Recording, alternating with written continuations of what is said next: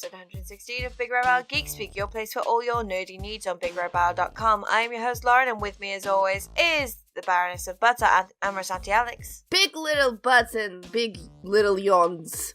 It's morning. Yes, a little earlier, that is my fault. I apologise. And we also have the jaunty, jubilant juggernaut of Joe. Godzilla butts! Again! Godzilla butts. Buttzilla indeed.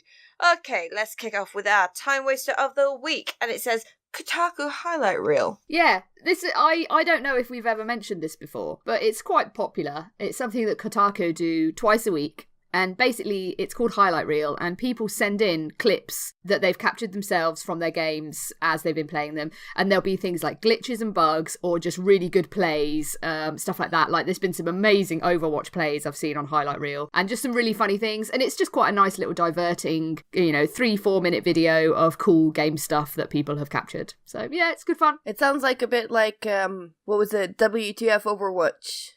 In that sense, that they do like a compilation, but just specifically for Overwatch. But I like that this is way more diversified. But that's the one that I watch a lot. There's a lot of PUBG clips on this, for example, of people getting into sticky situations in PUBG. That's quite funny. It probably illustrates like all the new stuff and all the popular stuff that is out at the moment. It kind of, obviously it leans heavily towards whatever is out at that moment and is funny, but occasionally you get clips from older stuff that people are still playing and just funny things have happened. So yeah, it's quite fun. I quite like it. I've watched it for a long time. Cool. Awesome. Alright, kicking straight off into news because we've got a lot to get through today. It's been a busy old week. Patrons' new fee policy leads to creators losing supporters. So the crowdfunding platform for artists currently takes a fee of 5%. Creators also pay a fee charged by payment processors like Stripe or PayPal from each pledge. That changes on December the 18th when patrons will start paying 2.9% plus 35 cents for each individual pledge, according to Patreon's project update page. For patrons who back per post creators, that is 2.9% plus 35 cents service fee will be added to all paid posts. Creators don't have to have the option to cover or remove the service fee from their pledges. So I support regular features on Patreon, and I did get a bunch of emails this week. But I just thought it was like update their terms of service. I didn't think it was anything like this. No, it's actually quite significant, and a lot of people have been losing their £1 and £2 tier supporters. Because if you think about it, it doesn't sound that much when you think of on just one occasion and if you support just one creator, but a lot of people who they don't have that much of the financial freedom, so they give maybe £1 or £2 to 10 plus people because they really want to support them. And actually on the scheme of one person giving, it doesn't mean much, but because there's so many people doing that, it's quite important. And if you think about it, if you're supporting 20 people for £1 or $1 or whatever, the fee suddenly jumps from being 20 to $27.50, which is quite significant when you think about that, because you can be supporting so many more other people for this price. Almost 40% the increase in the charge as well, which is quite significant. And a lot of people have been dropping out their £1 and £2 pledges. I mean, I'm one of the creators that I wanted to support on Patreon forever, Davin Goon of Miracle of Sound. I may have botched his surname, but I'm sorry. It's Dune, actually, rather than Goon. I don't support him currently because students just can't afford it at the moment, but I was looking forward to that for when I actually get a job and stop being, dirty student. But I've been seeing him on Twitter the whole week just showing the screenshots of his patrons just having to quit, supporting him because they just can't afford to do so with the surplus charges. So what I understand from what it says, so like a £1 pledge will actually end up being 1.625. That's quite hefty. That's a hefty increase. So over a year, that turns like £10 to £19.5. Or something, pretty much something like that. I'll trust your math on this, but yeah, it's a lot. And that's the thing, as I said, like for artists like Gavin, he's got lots. I think maybe like a large chunk of his support comes from £1 to £2 donations, and now he's losing all that, and a lot of artists are losing that. So a Patreon is just not becoming a viable option for them to leave of what they create, which is a real shame because it's been so supportive over the last several years, and it's allowed like creators and their audience to have like a special connection, because like the one I do, which is regular features, they release their podcast like early, or they release special event tickets to their readers via the Patreon page. It punches the fans in the face a little bit, doesn't it? It is a little bit. It is quite significant, like you say, and it's a big leap all at once. But I don't know. I've never been able to decide what I think about Patreon. Like, there's half of me that thinks it's really great and it's a great way for people to support the artists that they follow and stuff. But then there's the old grumpy lady in me who's like, well, hang on a second. When I was younger and people were like supporting themselves as artists, this kind of thing didn't exist. You had to like work at it. You had to work a second job to support what you wanted to do and kind of go about it a more traditional way in terms of, you know, you had to really push hard to sell things and to kind of make your mark your own way. And I don't know, sometimes I think certain people jump to Patreon because it's an easy, kind of lazy way of supporting what they do. I completely agree with that, but I also think that people jump onto Patreon because they think it's so easy, and they're like, oh, we'll just create Patreon and people will give us money. Exactly. But here's the thing. They are forgetting that Patreon is actually a full-time job.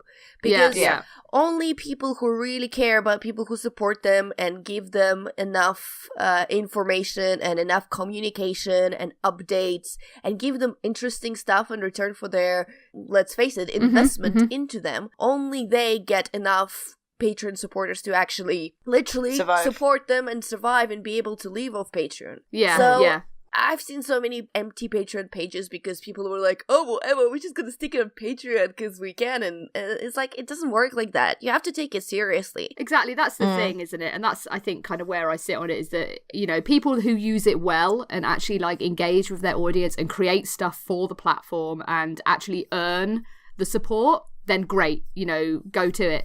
But the people who just kind of start up a Patreon and expect people to just fund their hobby or lifestyle or artwork just like that without having to work for it, that's what winds me up about it a little bit, I guess, when I'm being grumpy.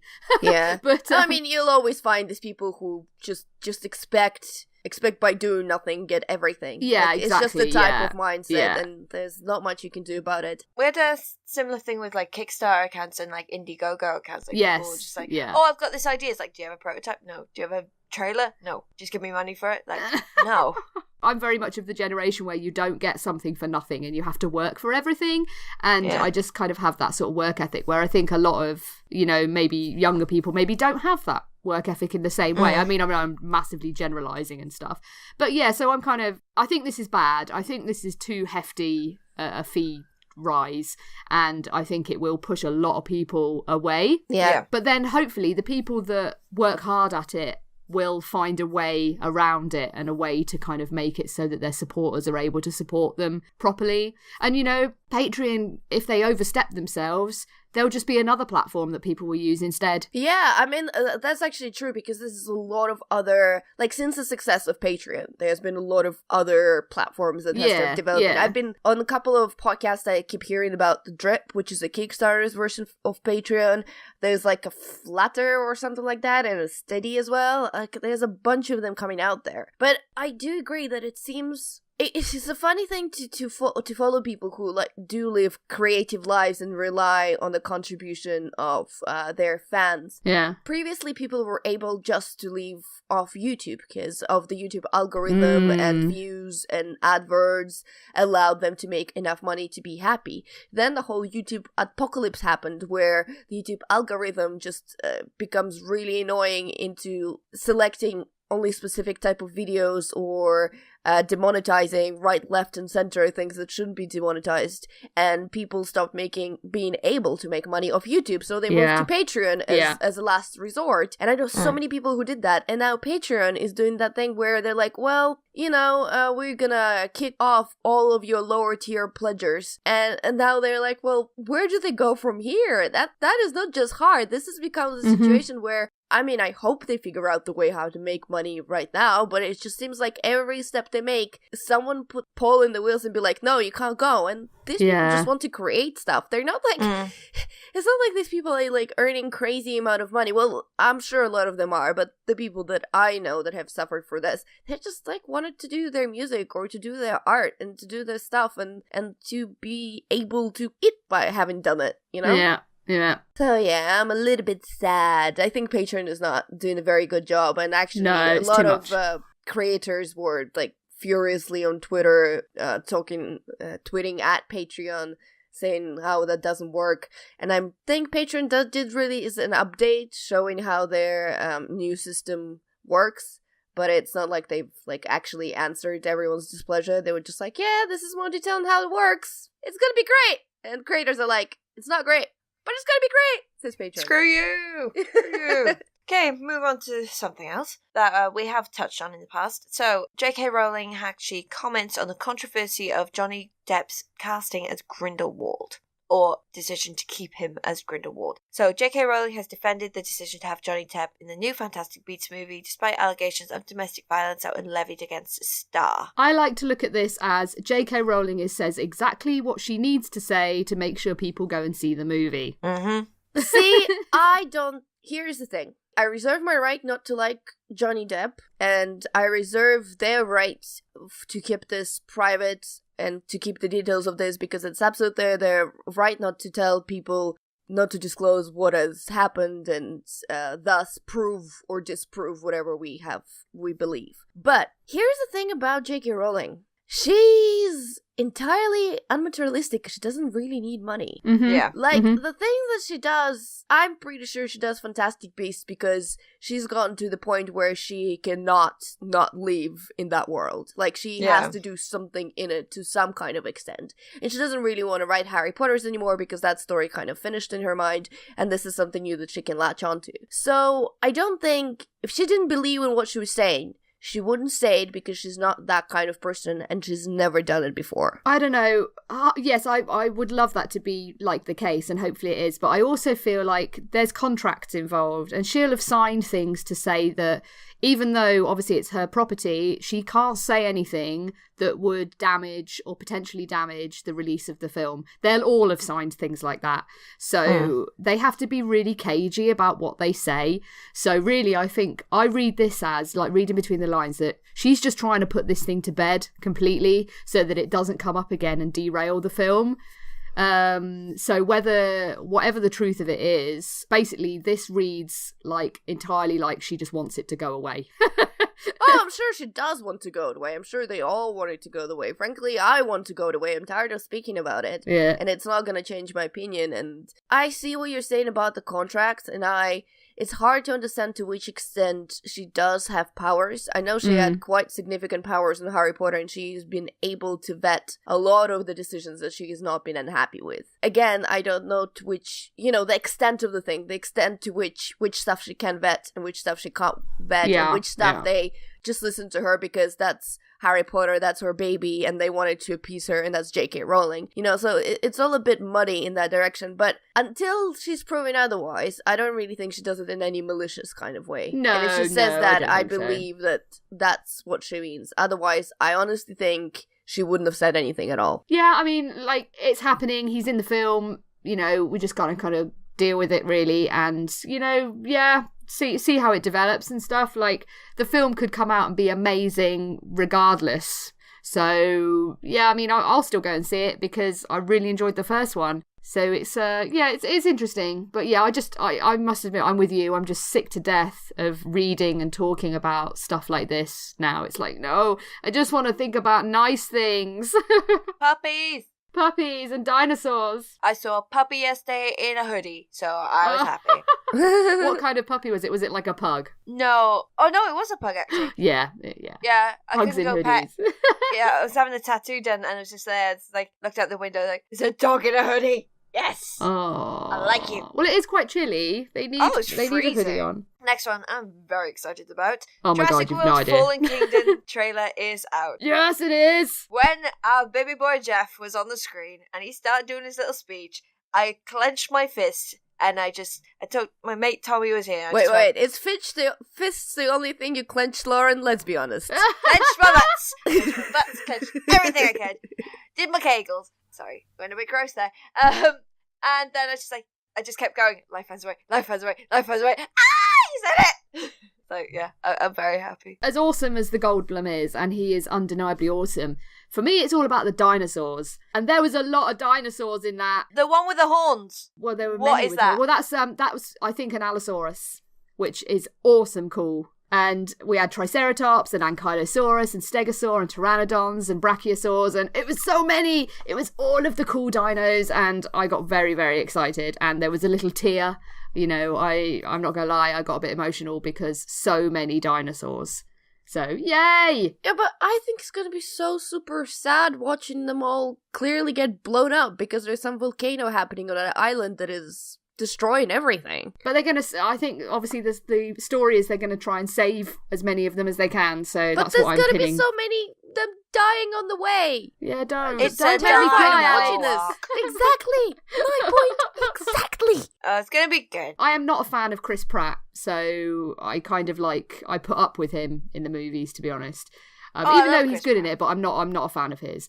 But for me, it just looks awesome. Like the dinosaurs just look wicked, and it looks like what Colin Trevorrow said afterwards is that all the shots in the trailer are only from the first hour of the film, so there's loads more that we've kind of not seen. And it just looks so much fun, and just dinosaurs everywhere, and yay! It's gonna be sick. And apparently, Chris Pratt and Bryce Dallas Howard characters broken up or some stuff. Yeah. Dated an accountant. And he's a bit salty. It's like, ooh, salty Chris Pratt. Let's face it, she's not going to be dating an accountant by the end of this movie. No, of course she's not. This is the classic sequel love triangle storyline where they've split up in between movies, but then they get thrust back together in an exciting situation. And, oh, look what happens. They're really meant to be together all along kind of thing. Oh, my shirt fell off. Yeah, oh no, Chris Pratt's clothes all just fell off. Oh my god. I hate how that happens. No, he's not for me. I don't find him attractive at all. But anyway, yes, the movie looks great. And do you know what it is that puts me off Chris Pratt? It's what he's like in real life.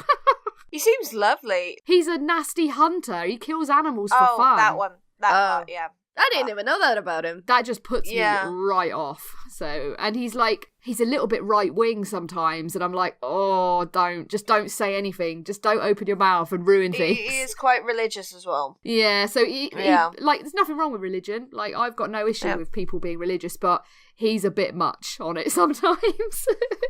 But when I think of that, then I think of the other stuff, when he does his Instagram posts and stuff, when he does the stupid things, or if he just makes a little error, I was reading the other day, he did a video on Instagram where he said turn on the volume, and he then found out that it might be a bit rude to all the hard of hearing and deaf people, so he signed an apology. Yeah, he made a video signing his apology. And I thought, right, it's all those little bits that is kind of makes him a bit better, makes him a bit nicer. Does he apologise to the animals that he murders? He prays to God about them. Absolutely, yeah. I'm going to shoot this deer for fun, and then I'm going to pray to God about it. Yeah, I'm sure the deer's really happy about that. No, but I'm just thinking, in this time, with all the controversy and the issues that we've been seeing with a lot of male celebrities, it's those little things that's just gotta cling on to them at the minute. So yeah, he's not among the worst, but hopefully he'll see the error of his ways at some point. Okay, so John Scalzi's The Old Man War will be coming to Netflix. I'm guessing this is an Alex. Yeah. I'm sorry. Because the sheer amount in this one. So, Netflix has optioned the book to develop into a film, with Scalzi coming on board as executive producer. Scalzi fans have been down this path before, though. Paramount Pictures has previously optioned the novel and sequels in 2011, with Wolfgang Peterson attached to direct. The Sci-Fi Channel began developing in 2014, but both projects petered out. Still, Scalzi tells The Verge he's optimistic about the project, pointed to Netflix's recent track record with genre stories like Stranger Things and the recent Stephen King adaptation of 1922, plus Altered Carbon. What's Altered Carbon? Oh, which is on the way. I should read before I start thinking. It seems to be the place where they are putting a premium on getting good stuff and doing it in a way that really lets creators speak to their audiences. I think it really has a good chance of being an adaptation of the books that people are going to respond to. I do love Netflix. Joe sent me this the other day. I'm super excited because I love Joe. I thought, when I read it, I immediately thought of you. I was like, I need to send this to Alex right now. Here's the thing, he's got so many works that I think would be so great just so easily adaptable, and none of them come to anything. Like, just Lauren just said, the fact that The Old Man's War was going to be auctioned or become a movie, this has been going on for years, and nothing has ever come out of it. And here's the thing, The Old Man's War is the book in the series of many books. There's The Ghost Brigade, The Last Colony, well, Zoe's Tale is a bit like The Last Colony, so The Human Division, The End of All Things, which is the most recent book in the series. So this movie series can become almost like a TV show in the movie form. I mean, ooh, like long form kind of series. Yeah, it could definitely be. I think it's good for Netflix because they got their own sci-fi franchise, whatever to fall back on with that. It's good for Scalzi fans because, God, finally, we've been waiting for ages. It's good for everyone. It's a really great material. I mean, especially The Old Man's War. It's a sci-fi that takes a very traditional sci-fi stance, but the way it's written, it's very modern, it's very accessible, so it's super friendly to the new audiences. Oh, that's cool. It's a really great book if you're wanting to get into sci-fi but are a little bit afraid of the entry boundary, because with some books it's really, really high. For example, as much as I love Expanse, if you've never read sci-fi before, I would not recommend starting reading of The Expanse because it will just overwhelm you. Whereas The Old Man's War series, no problem at all whatsoever. In fact, anything Scalzi writes, no problem whatsoever in getting into it. As I said, I just think it's gonna be so great. The way they're done is gonna translate so well to the screen. Like, the CGI is the thing that I'm gonna be a bit wary of, but then I trust that Netflix could fund a decent CGI, really? I would hope so, really. It would be quite good. I should imagine they'll probably have some producing partners on board. Some smaller production companies might well get involved to help share the load. And also you see that with, what is it? There's a French, Canal Plus, the French production company. They're quite a big, obviously, company. And I think they help out sometimes, and they're obviously quite good for international distribution in other ways and stuff. So I think I can imagine Netflix partnering with people and stuff like this a little bit, rather than trying to take it all on themselves. But we'll see. They've definitely got the resources to do it themselves, so it'd be quite interesting to see how they approach it, actually. Yeah, and considering they're going to lose Star Wars. Oh, yeah. I mean, this is not Star Wars, but it's also in space. It's in space! I shall try it. Yeah, I'll watch it. Yeah, whenever you've spoken about being slightly intimidated by the books and like, oh, I haven't got the time to like devote myself. But if it's on Netflix, I'm good for that. Yeah, and may I recommend that John Scalzi is big pals with Will Wheaton. So all of the audiobooks I read by Will Wheaton. Oh, nice. And he is a very, very good narrator. Whatever else you think about Will Wheaton. I like Will Wheaton. He used to annoy me, but I like him a lot now. He's kind of grown on me a lot over the years. I think he's all right. Mm-hmm. Awesome. Yeah, he's good. I think he's a good so dude. Too. Okay, and we also had the Game Awards. What do you guys think? Yeah. Game Awards. Woo. What was? I thought the show was a bit weird. Like, isn't it always though? Their show's a little bit weird every year. Yeah, like, show us the awards though. Like, they hardly show any of the awards. The guy just reads out like, this one this one that, this one that, and here's a musical number, and here's some trailers, and here's an interview with someone. It's like, no, show me the awards, please. I know, I find it slightly annoying where they don't... I don't know if maybe that happens real life, but it is real life. It's translated real life as it happens. So they can't be giving away awards in the meantime. No. So there's just some people for some categories that never come up on stage to receive their award. Sucks. And I find that really annoying. And I understand that, they have sponsors that they have to do advertising for, which is by far the most, like the whole eBay section. Oh my God, that woman did my absolute nutting. What was with her face? And she's just... Like, what was she even for? She obviously had no idea what she was talking about, and she had the charisma of a shoe. She was just the worst. And hey, it's better than the Razor last year. Remember that guy? Oh my God. I would be so pissed though if I had like gone to the Game Awards, been nominated for something, and you win, and you're like, yeah, and it's like, oh, sorry, we didn't show you getting your award because we had to cut to an advert for eBay. What? Nah. I just think it's bollocks. Like, even the Oscars, right? The Oscars they talk about the Game Awards as being the game industry's Oscars. Yeah, but at least the Oscars, you actually see the awards. It's a bit annoying. I absolutely silly. Agree. I also understand, that they have this thing where they have world premieres and trailers, which some of them are nice, quite cool. And we'll talk about it in a little bit later. But most of the time, like, I'd rather see, especially since they put such a strain on, oh, it's because of the video games and the awesome people that make it, and we're celebrating, and we want to bring, and I'm like, yeah, okay, then show us those people. Like, I want to see those people. Yeah, I wanted to see them get their awards. When Melina Jurgen, I'm not sure that Jurgens, when she won hers, that was when she won hers, and she was like, I've never acted before, like I'm actually video something, and then as a stand-in, it was so touching, and she was clearly completely like starstruck by, help me, Joe, Andy Serkis. Yes, thank you. Yeah, by Andy Serkis, who was there. But yeah, those are the moments that, you know, they're really special, and actually that's what I'm there for.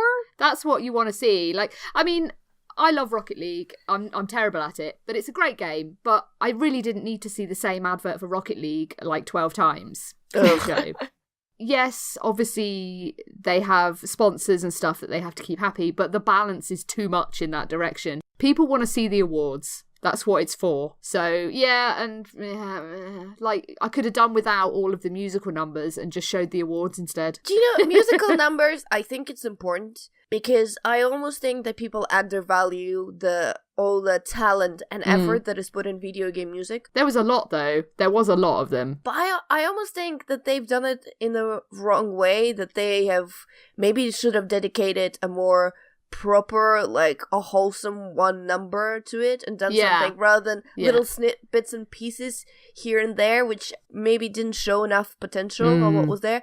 I don't know. But anyway, the awards aside, we did see some interesting announcements. Like, obviously we saw a bit more of Death Stranding, which looks so weird, but I'm so on board because I have no idea what it is. Yeah. Yes! I read the trifecta of basically articles of the that were going around up to the trailer, which go like this: Guillermo del Toro does not know what Death Stranding is about. Matt Mikkelsen doesn't know what Death Stranding is about. Norman Reedus has no idea. Team did not understand anything after Kojima told them what Death Stranding is about, and we're like, yep, sounds what right. I love about it so much is that obviously Sony have just given Kojima a ton of money and just said, go make whatever you want, basically. And he's just made like the most random awesome thing. Like, there's nothing else like it, really. And that's why I'm excited about it, is because I think it's actually just going to be completely unique. So yeah, I'm well on board with that. But it wasn't the most exciting thing I saw during the show, and that was a little 10-second snippet of whatever From Software are working on next. I'm not going to lie, I screamed an obscenity, like an excited obscenity, quite loud, and so I must apologise to my neighbours when it came up on screen, because it looked like Bloodborne 2, and I was like, oh my god, is that Bloodborne 2? I'm going to lose my mind. But on retrospect, it perhaps isn't Bloodborne 2, because there's some little things in the clip that suggest it might be something like a Tenchu instead, or something else. But yeah, so From Software are working on something else. It's going to be amazing. They're already doing a new Armored Core, but this is something else that they're doing. I'm excited about anything they ever make, so that was quite a good moment.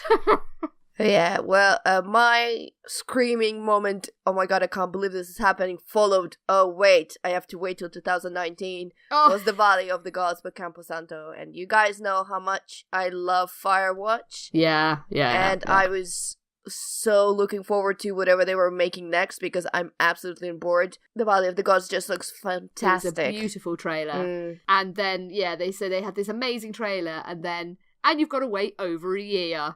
No! So an interesting show. Yeah, Lauren, I guess you didn't get a chance to watch it. No, I didn't. Sorry.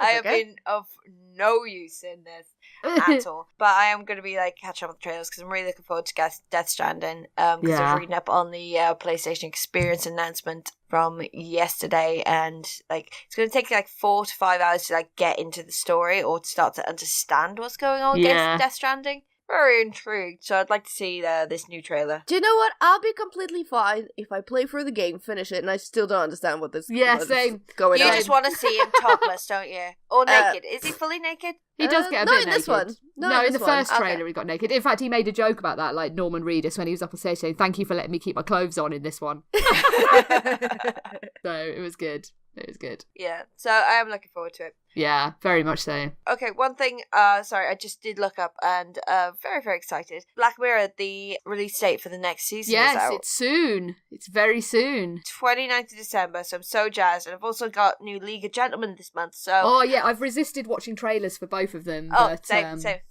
Yeah, but I did just look at some, like, little synopsis. They like, show you nothing when there's Black Mirror when you read synopsis, because... it's completely obtuse and it's fantastic. Yeah. I love it. Like, the first episode's called Hang the DJ. Nice. Then we've got Metalhead. I do like a good Smiths reference in a title. Then we got USS Callister. Or Callister. Oh, that's the one that looks like it's like a Star Trek one. It's essentially Star Trek, yeah. Yeah. Black Museum, which looks creepy as hell. I'm just assuming from the posters that USS Callister is going to be like the amusing one of the season. Possibly, yeah. The light-hearted one you get in the middle of a season just to stop everyone hanging themselves. True. We've got Archangel and then Crocodile. Oh, I'm so on board. Like, Black Mirror has just always been completely exceptional, and yes. I love Charlie Brooker so much. Oh, I love him so much. So good. He's just great. So so this is going to be super exciting, and I didn't realise it was going to be so soon, but yeah, 29th of December. Woo! Makes sense as he's not doing Year Wipe. What, is there not going to be a wipe this year? No, because he's too busy with Black Mirror. Oh, but I love wipe. Oh, god damn it. So you either get Black Mirror or you get Wipe. Oh, that's like Sophie's choice. I know, right? I like them, but Wipe is so good. Oh, This year would have been amazing. I think this year would have killed him. Because last year was bad enough. Like, last year he said that it was so depressing going through everything. And I felt so bad for him. And then you just look back at this year and go, oh, Charlie. Yeah. I understand why you don't want to do this. You thought 2016 was bad. You wait. Oh, that's a shame. That's like always one of my highlights of like the New Year, Christmas New Year period is watching Wipe. But Wipe and Big Fat Quiz. Big Fat Quiz of the year. I like. Yeah, well, it's just like 2017. Like 2016, hold my beer. Like, yeah. Yeah, please. I mean, we haven't had so many people die in terms of like really, really loved famous people, but we have had the Trump disasters and all the other horribleness that's happened this year. So yeah, it's definitely up there with 2016 as being a bad year. At least we had loads of good games this year, though. Very true, very true. And we had some very good movies and really good TV. Mm-hmm. Yeah. Quick side note, starting to compile all the people's nominations for our year roundup episode, and people sending me all their favorite stuff, and I'm like, yeah, this has been really good, and this has been really good. It's been an excellent year for games. Like, been good. I am really struggling to pick my top 5 because there's things that are going to have to be left out that I really don't want to leave out. Honey, a first place and a runner-up. No, that's... Oh, God. Yeah, so that's, like, even harder. But for Monkey Tail, it's a top 5. Yeah. And I must have 12 games that could be in it. So, I can't do it. I might have to cheat. And be like, in joint second place. I'm waiting what Bruno's gonna have to say about that. Yeah, I won't get away with that. I would never get away with that. But yeah, it's been an incredible year for films and games, and no. Moving on to a few of the things that we have seen this year. Alex, you've been watching Big Little Lies. This is a good show. Or have you been reading it? Have you been reading it or watching it? I started reading it because usually when I really like something that's been adapted, I want to get it and read the book. So I have started reading it, but I got sidetracked by re-listening to other stuff, but I will get back into it. But Big Little Lies is a series. It's an American drama, despite the actual book being set in Australia, but it doesn't really matter. Oh, is that right? I didn't know that the original book was set in Australia. That's quite interesting. I really like the series. I actually didn't know it was based on a book. It is. Yeah, it is. Ah. And, it has some names you might have heard of. Like Reese Witherspoon, Nicole Kidman, Shailene Woodley, Glorious Alexander Skarsgård, Adam Scott, Zoe Kravitz, who I loved in the show. Yeah, she's so good in it. She was fabulous. She's so good in it. Alexander Skarsgård is not very nice in this program, though. No. But he's attractive. Yeah, I think that's kind of the point. And Laura Dern, of course, who's the star of the hour. Oh, she's wonderful. Love Laura Dern. It's a really great series, guys. I'm not gonna lie. I've watched half of it. Basically, with the premise that there's a new mom coming into this little tight, kind of rich community, and her son is going into it's a kindergarten in the book, but it's like a first year in the actual TV series. Yeah. Kind of through some glimpses in the future, future, you realize that there's a fundraising event happening in the future and someone's going to get killed during the fundraiser, and the reason for why they get killed takes root and begins from the first day of that school and the events happening and following on from that. It's really interesting in the way it does, because it gets snippets from people from the interview from the police station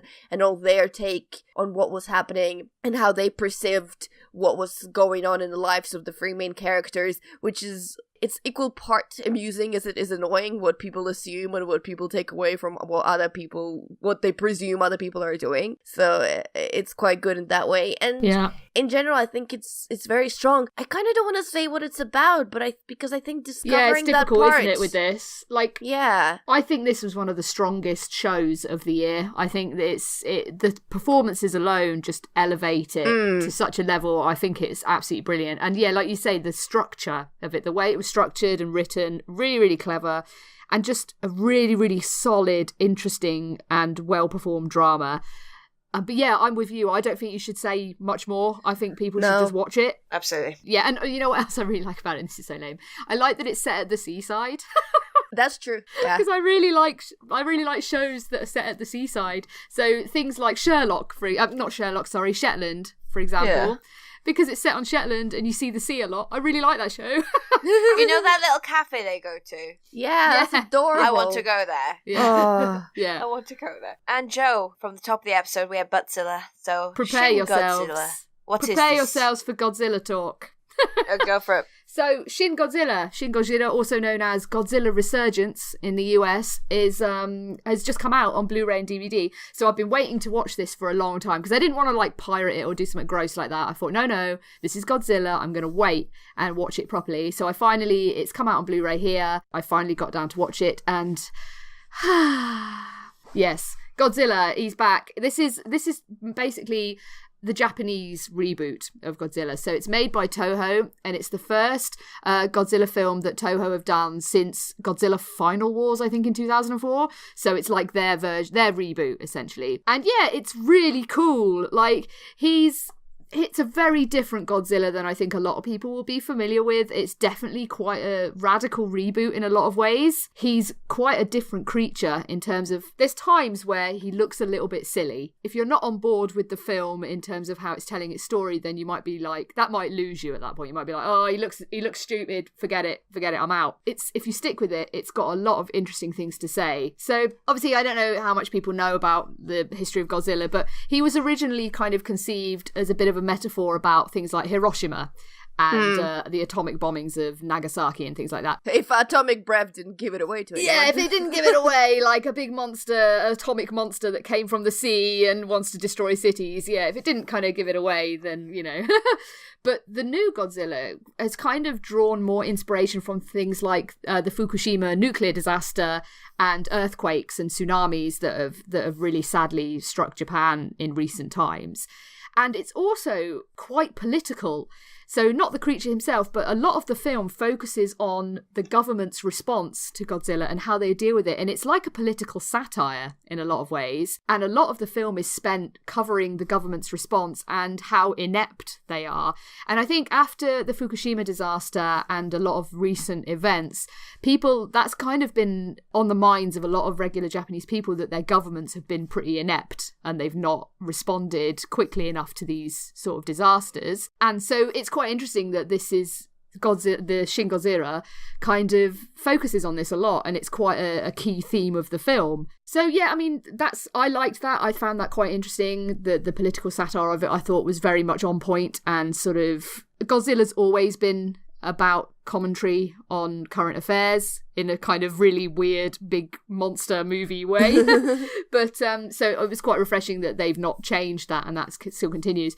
I think some people might find that a bit slow, because there's a good chunk of the film where Godzilla just isn't in it. Like he essentially goes to sleep for about half of the film. A lot of it focuses on what the government are doing. And while I was on board with that and I found it quite interesting, I think some people might sort of lose interest at that point. But, it's fascinating, and it's great to see that Toho have made their own version again after, obviously, the awesome Hollywood version. Yeah, can you please explain to me this? Because I'm a bit confused, because I'm obviously not following the universe as closely as you are, but there's a whole Godzilla King Kong universe that Hollywood is making. Yes. But this is completely separate and rebooted as well. Just walk me through it. So essentially, right, Godzilla was originally created by the Toho company in Japan. They own the rights to it, and they made all of like the original films and stuff.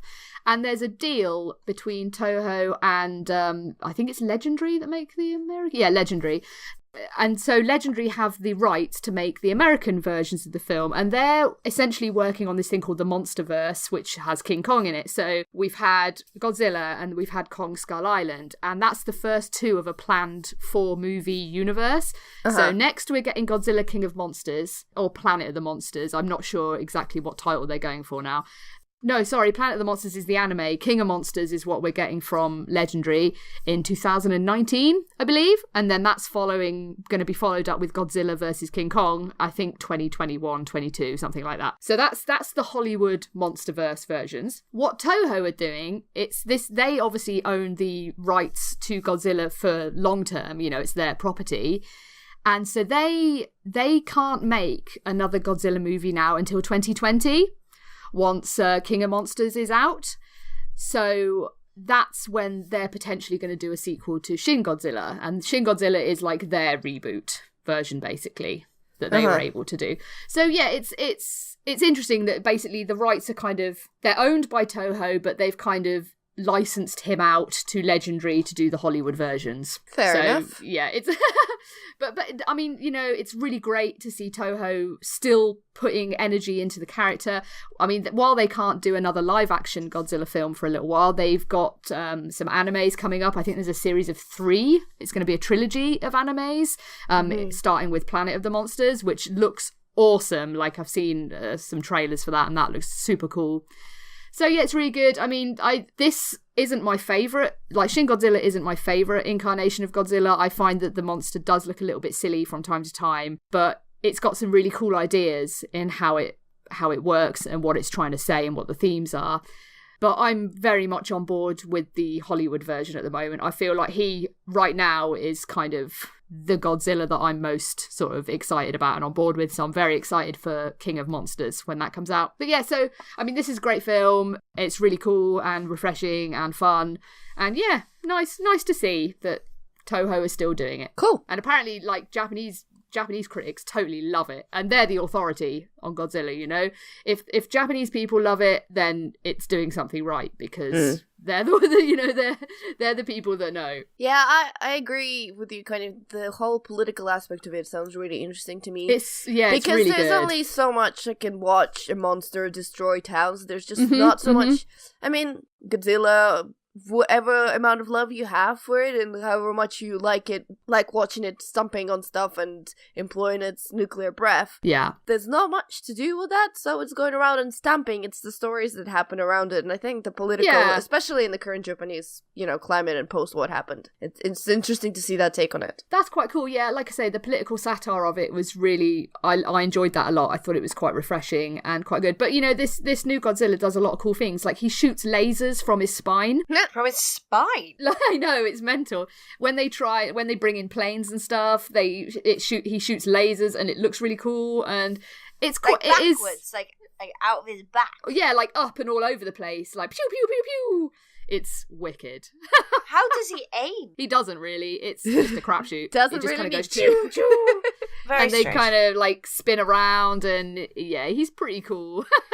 Yeah, he's not my favourite. Like, I'm not a huge fan of how he looks. Like, while he does cool things, like with the lasers, he doesn't look that great. He looks a little bit shonky, and obviously, because the budget is substantially lower than on the Hollywood versions, he's definitely lacking in some refinement at times. I still really enjoyed it. Of course I'm going to enjoy it, and I think to actual Godzilla fans, I think as a new entry in the Toho versions, it's definitely worth watching. Cool. But I'll stop going on about Godzilla now, or I'll get carried away. Okay, so 'tis the season for buying too much stuff, and some weird tech is coming out. So I've been playing with PlayStation VR for the last week, which everyone knows, but I also got the chance to play with another headset. Have either of you heard of the Lenovo Mirage AR headset? Nope. No. Yeah. So I hadn't heard of it until I was walking through Westfield in Stratford, and they have this like little wish factory thing on top floor for unique gifts. They do like the 3D printing models things. They were doing glitter beards in the shopping centre, stuff like that. And then I spied a lightsaber. And that's how you lure Lauren into things. It was like a magnet. It was like... like tractor beam you in. Wrong franchise. Force pull. They force pull me in. Yeah. Come on, you're right. yeah. You're right. I'm sorry. I'm still thinking about Godzilla, you see. I managed to have a go yesterday and tried it on, and it's an augmented reality headset where you use a lightsaber kind of tracking like joystick, for lack of a better term. So you hold the handle of the lightsaber, and it's tracked by this ball that's on the floor, and you're able to see an enemy coming at you, but you still see your environment. So they kind of projected the environment into this headset. Mm-hmm. So I was fighting Darth Maul. Cool. Naturally. Yeah. And it was a bit crap, to be honest. Oh. So I do have a short video of me tooling around with this lightsaber handle and this shonky headset on my head. So the headset is really, really heavy. It's like compared to the Vive, the Oculus, and the PSVR, it is really quite heavy. And the straps are just like kind of leather and like elasticated. So elasticated leather. So it's like leather bits at the front and then it's elasticated between. You know what I mean? Yeah. So you put that on and because it's so front heavy, it always feels like it's sliding forward. Like I put it on properly, tightened it, everything. I had my glasses on underneath it and they weren't even my big glasses. So that was a bit uncomfortable. And then the tracking was a bit shonky as well. So it's literally just a ball on the floor tracking to the headset and the lightsaber handle. And Darth Maul is coming at you and it shows yellow bars where you're meant to put your lightsaber. So you have your lightsaber in front of you, but it's too long. It's a common complaint from what I've heard. It shouldn't be all about length, guys. Girth is important too for your lightsaber. Nobody cares about length. Girth, swear at. Yeah, so I was holding the lightsaber and it's like I couldn't even see the end of it. So I was holding it and it's like, okay, moving it about. It's like didn't reconnect to the base of the handle and just waving it about. And the tracking was like it made it wibble as it moved. It was like. Woo. And like as you look up, because you expect to see like the end of the lightsaber and then see your enemy, like you couldn't do that. Yeah, I felt so bad though, because the guy that was showing it to me, I wasn't wearing my necklace yesterday. Like one day out of the freaking year, I wasn't wearing my Star Wars necklace, and the guy comes up to me like, "Oh, you're a fan of Star Wars?" And I just kind of looked at him like, "Yeah, just a bit." An understatement of the year. And then he started explaining the headset to me, and I was just thinking, like, I've been demoing PlayStation VR for the last week. Like, sir, just put it on my head. You have picked probably the worst people to demo this to right now. Yeah, it was. It's 200 quid. Ouch. Yeah, that's a lot. It's the headset, the handle, and the tracking ball, and that's the only game for it. And apparently, you can do like the holo chess. You can do tactical maps, according to the website, and do other battles as well, not just Darth Maul. 200 quid's a lot just for that, though. For a gimmick.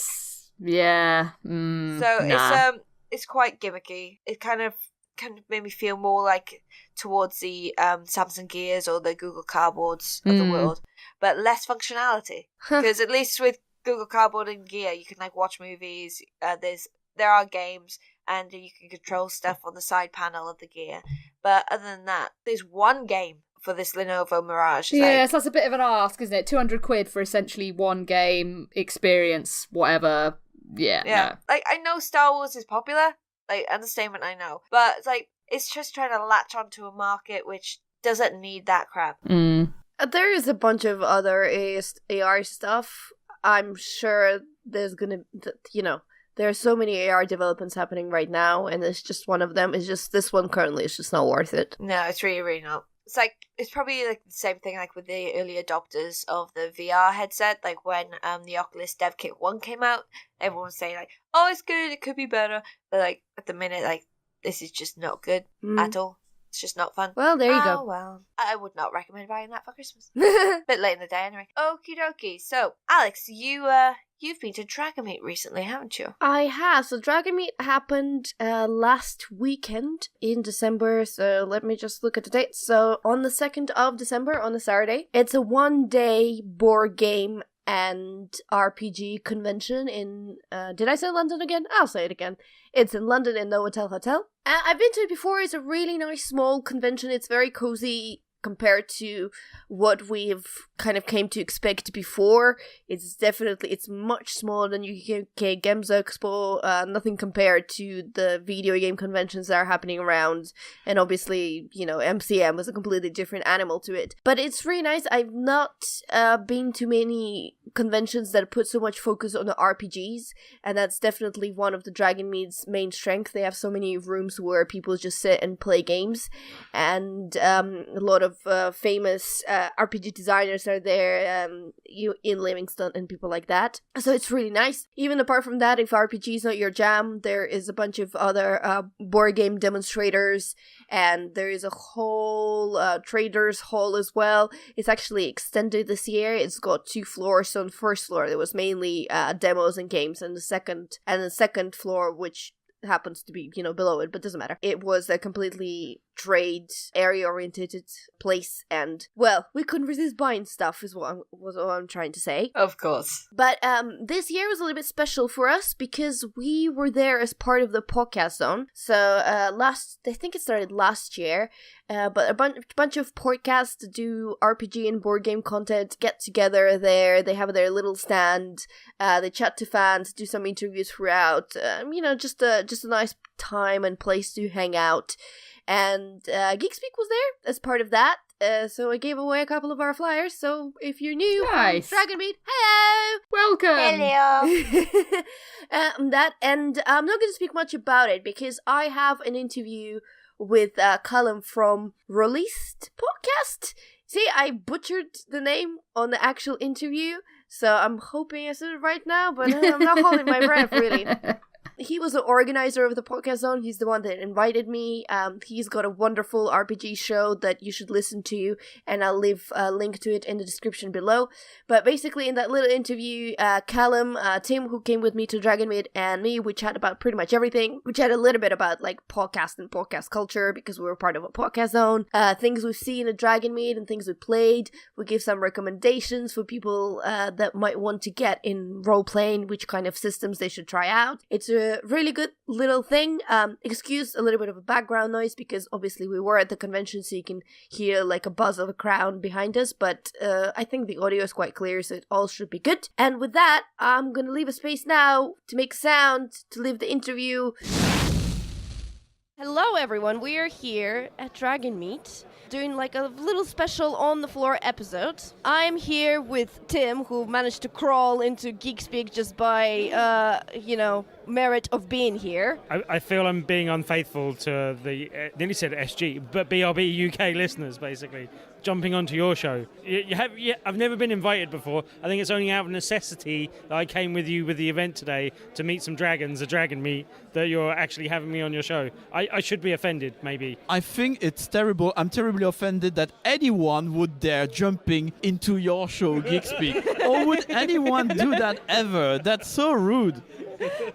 And you also hearing the wonderful voices of Kalum from the Rolistes Podcast. Hello, Kalum. everybody. Hi. The Rolistes Podcast. Sorry for the Rolistes. lesson. The E and the S are silent. You know what? You're absolutely true. I should really know better. I did 2 years of French. They clearly went all out of my head, and I'm now ashamed. And it's also literally the first sentence of my show, so if you listen a tiny bit, just half a minute. It's a thing where you read stuff, and that's how you memorize it. And anyway, I am crap at this. Anyway, so Kalum, we're having you here because you've been absolutely kind and gracious organizing a very special part of Dragonmeet, which is a podcast zone.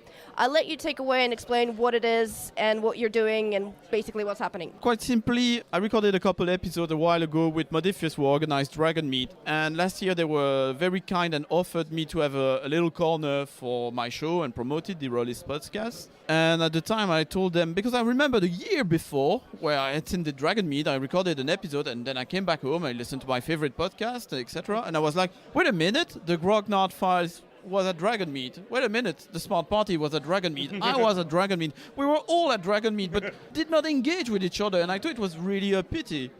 So rather than keep that little corner they offered me last year, I thought, well, just tell me whoever is attending with press passes, and if there are podcasts, I will tell them, come and join us, let's have a corner. I think I made up the name on the Depp podcast zone as a stupid reference to Archer and the Danger Zone. And that's it. And 5 shows last year and 24 attending, 26 were supposed to join. And it's crazy. I think it's a really nice thing you're doing, and I also think it is kind of reflective of the way the podcasting community does work when you put people together. That it's a really nice kind of melting point of just people that all do the same thing and we all understand the same situation we're in, even if we've got slightly different topics that we generally talk about. I talk more video games on my podcast, obviously, but it's nice when you see those people interacting, and it's nice when someone like you actually goes out of their way to make sure that we do interact, because we tend to interact quite well and quite positively. That's quite a nice thing to see, so thank you very much for that. Thank you for participating and indulging in a bit like this, because as you say, what I want is not only people to engage with each other, which we do naturally, but I find I personally love it when I'm listening to a show and I hear people from other shows showing up. When that happens on TV, or I love these kinds of crossovers. So here I'm trying to encourage, hey, taking people by the ear, go to the formal gamer game, and they're gonna record you on a game, and you listen to a formal gamer, and got your favorite show host suddenly engaging in a game of D&D, which they never do. So yeah, I mean, there is a cynical way to look at it. Oh, people doing cross promotion between the podcasts. But as a podcast listener and lover, there have been so many times where people from different podcasts came on the show, and that's how I discovered they had other shows that have become absolutely a thing that I love and listen to. So I think cross-promotion, you can look at it cynically, or you can look at it, you can find some amazing shows that you've never thought to look at, and I think that's great. I do a lot of promotion for my show, and I know especially with my French audience, sometimes it comes across as being very commercial, which is something which is really not appreciated there. But the way I see this is that I hate the idea of shows being out there. I could love those shows, but I would never hear of them because of some reason. So I don't like the idea either of someone who might be interested in my show and not hear about it. So that's why I'm so active, like a maniac on Twitter, etc., and just setting up this thing. But you've got to be that way in the space. You've got to be a little bit pushy to just get your name out there. You don't have to ram it down people's throats necessarily, but I do think you need to hear something like so many times before you'll kind of let that message in. So I think you need to hear that message again and again and again type of thing. And as you say, there can be a podcast where you could absolutely fall in love with it and you've never heard of it, and you kind of need to be pushed in that direction. I think there's enough audience for everyone to share kind of thing, but it's a matter of you can only focus on so many things at once type thing. So it's good to get your name out there and get in front of people's eyes and get in front of people's faces to do that. But yeah, anyway, right. But maybe enough about podcasting, Yes. podcaster having fun with each other. What did you think of Dragonmeet? Well, I always really enjoy Dragonmeet. I think it's always a little bit different. We, at BRB, definitely we've gone to a lot more board game-based shows rather than RPG-based shows. So I think this is also very interesting and very new to me. And one of my favorite things is coming into the main room and seeing those huge tables where people build their sets for their playthroughs and seeing what they have gone last year. Yes, last year they had a fantastic Star Wars set, and this year they also have some amazing sets and Fallout and all other stuff. And that big Lego one. I'm not sure what that Lego one's for, but that looks really impressive. Was it Star Wars again? Oh no, this year it's not Star Wars, but it looks kind of more safari themed almost kind of thing. It's got elephants and all sorts of stuff going on. It looks really impressive. Yeah, it looks really good.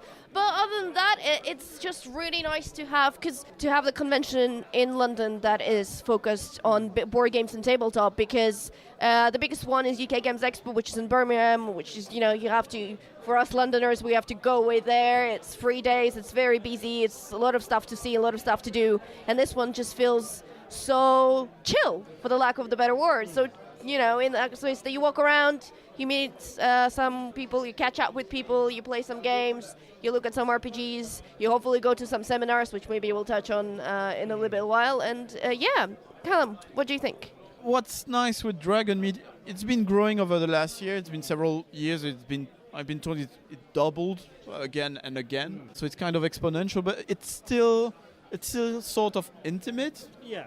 And the nice thing, you go to UK Games Expo, I guess some stuff like Gen Con would be like this.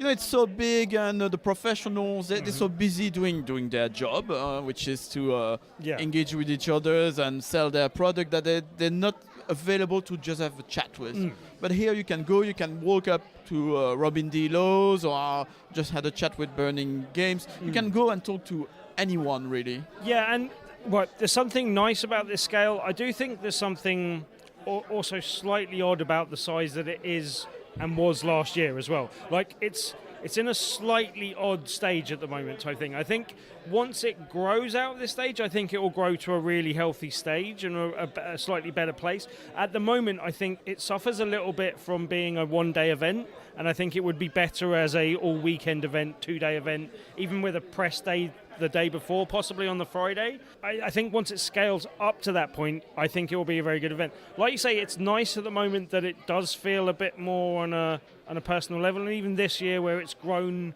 as you say, almost double the size it was last year, it still feels it's got that sort of personal connectivity, but it feels slightly disjointed to me, kind of thing. You know what I mean? Like, there's something that doesn't feel as a connected whole about everything. Not in an entirely negative way, but in this doesn't feel quite like it's got to the point that it needs to be to kind of, be all it can be, almost, kind of thing. It's like you would watch something growing, a plant, or I don't know, and it's not a seed anymore. Yeah. It's in its cocoon yet. It's getting out of the cocoon, and it's looking weird. It's got wires around its head, but you're not quite sure. So it's not a butterfly yet. It's not a caterpillar anymore. But I might have gone with the almost the kind of working dog analogy. Like, it hasn't quite got to the stage where it's the Saint Bernard that can save you on the mountain, and it's not quite the cute puppy that you know and love anymore. And it's somewhere in that awkward stage in between. And I think it will be slightly better once it got to that next stage. I like it as an event, and as Alex said, it's convenient for us because it's in London. But I do think it would be nicer once when it kind of fills out and knows everything that it's going to do and is confident in what it's doing a bit, kind of thing. And I think it will be at a slightly better stage when it gets there. But as I said, I like the event for what it is now, basically. You can add to the French expression to your little dictionary. Okay. Cet événement a le cul entre deux chaises. So I don't know if you can translate that. Are you kidding? So le cul entre deux chaises means that you are sitting with your ass on two chairs at the same time. Okay. Yeah. So you're not on the left-hand chair or the right-hand chair. You're just sitting on the two, which is not quite right. Rather have a nice big throne to relax into, kind of thing. Yeah. Have you played any games? We've actually, we've came in and we played a board game, Pulsar 2849, which was one of the games that I think it premiered in Essen just lately. But it's a very good game. It's a very interesting game. It's about conquering, exploring the universe, and there's lots of different systems. There's a really interesting dice draft mechanic in it that I really, really liked. And that's the game that I wanted to get my hands on for a little bit while, and it was nice to kind of get in straight away, get into the game and have a go. That was a good one. That was one I was actually looking forward to. I kind of like a lot of the kind of Czech games, kind of recent kind of output type thing, and they seem to be always of a quite high standard and the right amount of moving parts for me type in terms of mechanisms and everything else. Like, it's not too heavy on the Euro. It's quite a heavy Euro game, but it's kind of not massively in depth, and you need to sit down and read an instruction booklet for a day before you can start type of thing. But it does feel like a complex game with lots of moving parts, and I think that those moving parts moved well together, and it felt like quite a good kind of.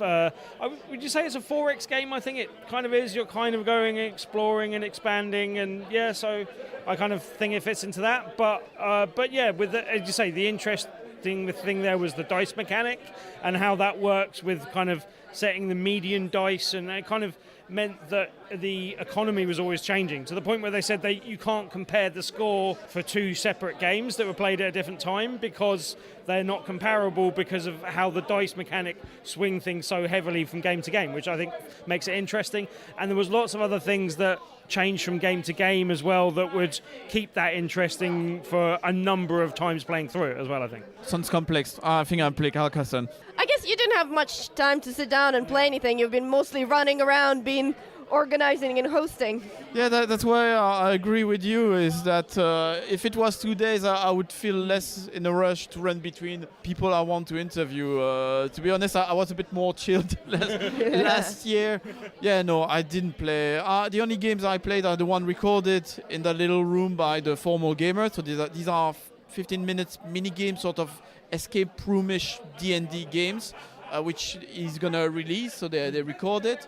Tonight I'm very lucky to play a game of Call of Cthulhu with one of the most respectable game master. What do you call that in Call of Cthulhu? They call librarians or something like that. Well, Yeah. I haven't played it before. game runner of Call of Cthulhu, Joe Trier from the Roll Podcast, which is also an excellent podcast. That's pretty much it.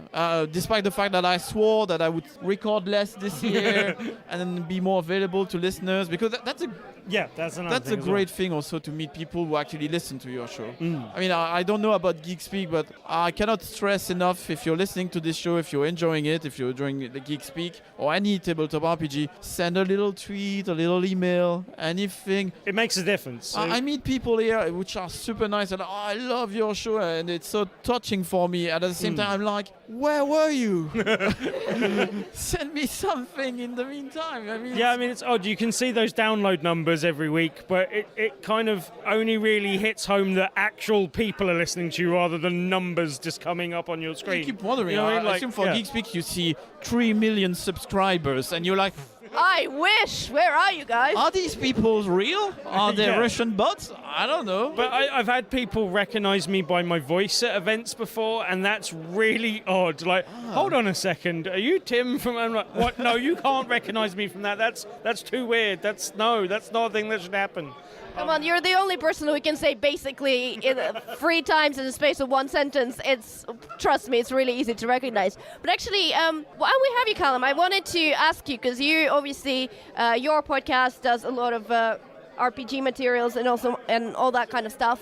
And as an expert in the field, to the newbies out there, me mainly, can you maybe something you've seen on the show that really stand out to you as a system, or the new RPG that came out, or something else? Just recommend one thing for people to try out. The thing which is very hot at the moment and everybody is talking about, I haven't had the chance to play it yet, is from a team called, if I'm correct, Fria Liga. It's from Scandinavia, and they got this game called Tales from the Loop. Oh, yes. Which is really big and really landed in the right moment. It's very Stranger Things kind of game. It's very Stranger Things, 80s, you're on a bicycle. I don't know the whole story, but one of the way the game started is that there's some Scandinavian, I'm sorry not to remember which country exactly, but who's an artist, and he started posting pictures he was doing, which were things like landscapes of the countryside with a sort of, a bit timeless 80s, 90s, because you would see just a car, the crops, and in the background this gigantic robot. Oh, cool. I wonder if it's the same guy who did the art for Scythe, the board game. Scythe. Okay, yeah. Okay. It might not be the same, but it's similar but contemporary. And they made this Scandinavian game I think it's based in Denmark, where you play kids. Yeah. And something happens, which is the loop, where things happen, and there are big robots and stuff like that. Okay. But for some reason, the adults don't see it. Ah. And it landed with Stranger Things, with a revival of all the 80s. So it's very Spielberg and all of that. And I've heard it's a mighty good game. And it's very original in terms of setting compared to all the other tabletop RPGs. So if people are interested in trying something, Tales from the Loop seems something very interesting. Something new and interesting. Okay. Okay, well, guys, I think we're going to finish the segment and go mingle and do more other stuff. Kalum, thank you so much for coming on the My show. pleasure. And incidentally recording the show also, because you're very lovely to lend us our equipment. And with that, we'll speak to you later. Wow, Alex, that was a fantastic interview. Thank you, Lauren.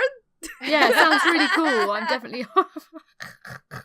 Side note, none of them heard it. It's fine. No, I'm sorry. You ruined the magic of podcast. Oh yeah, because they couldn't tell.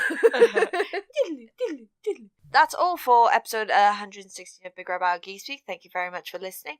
We got a few shout-outs for you on the forums. Alex. Shout-outs to Stingo and Richard Kirk. Twitter, Joe. Yes, so a big thank you and shout-outs to our dear Bleezy Boy, Josh Bleeze at Bleezy Boy, Gabriel Romo at Sleeperhit79, Richard Kirk at Richard Kirk, and Will Driver at Will Driver 93.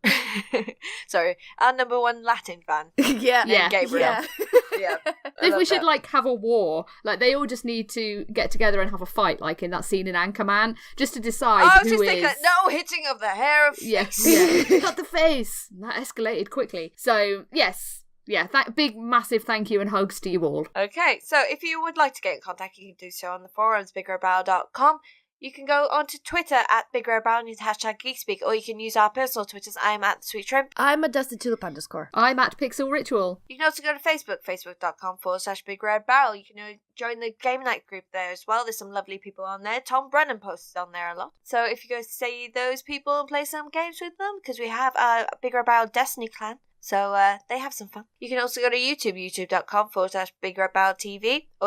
Or you can go to iTunes and give us a 5-star review, because that's what we'd like. And it's Christmas, so everyone needs to be nice at Christmas. Yeah. Every Tuesday we have an event called Tabletop Tuesday in Loading Bar in Dalston Town in London, where you can win a board game every single week. We have a new featured game. All you have to do is play that game, let us know you played it, and you could win. You don't even have to win your round.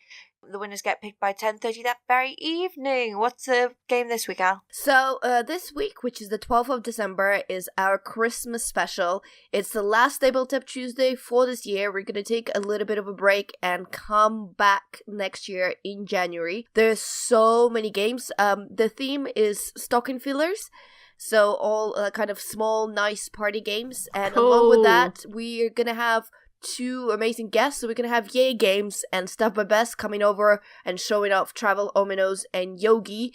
And a second headline game that we have is Secrets. And then along with that, we have Cortex Challenge 2, Contrast, Pocket Hive, Rhino Hero. Oh, that's such a cool game. Someone stole our rhino at the weapon. Yeah, I'm not surprised. It's a good game.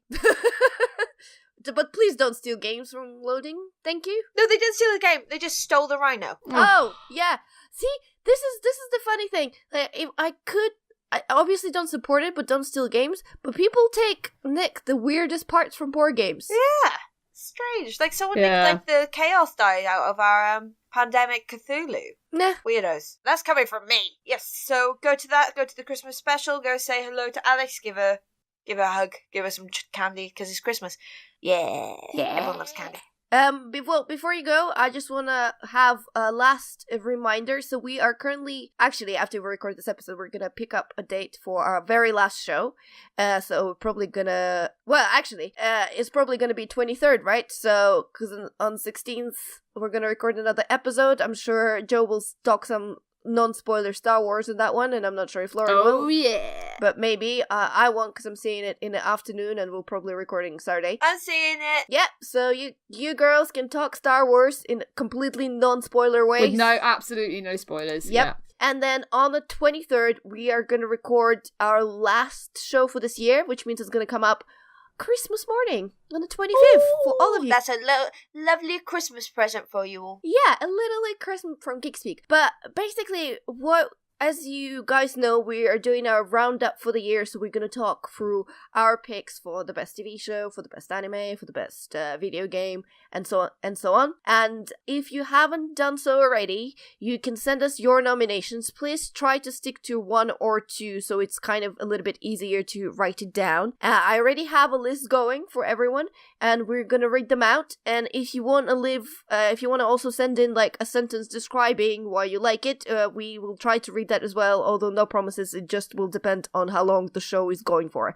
But yes, you have your cutoff. You have to send it basically by the evening on Friday of 22nd, because on the 23rd in the morning we'll be recording the show, and by that time it will be too late. And either at me on Twitter or go on the forums and post it there, and I will collate it all on our agenda. Lovely. Okay, so on that note, for episode 116 of BigRedBarel Geek Speak, I have been Lauren. I've been Butts. I've been Joe, as usual. I had to think then. Have I been Joe? Are you sure? I've been Have Joe. you secretly been Godzilla? Don't tell everyone. Damn it. And we bid you goodbye. Goodbye. Butts.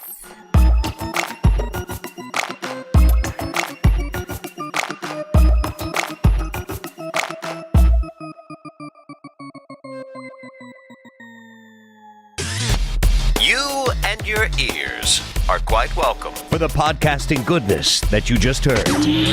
Why not roll on over to BigRedBarel.com for more podcasts, news, reviews, and videos from the biggest, reddest site on the internet, BigRedBarel.com. You could have roared. Yeah. I don't have the lungs for it. It's a hell of a roar. It's a hell of a roar. It's a hell of a roar. It's a hell of a roar. It's a hell of a roar. It's a hell of a roar. It's a hell of a roar. It's a hell of a roar.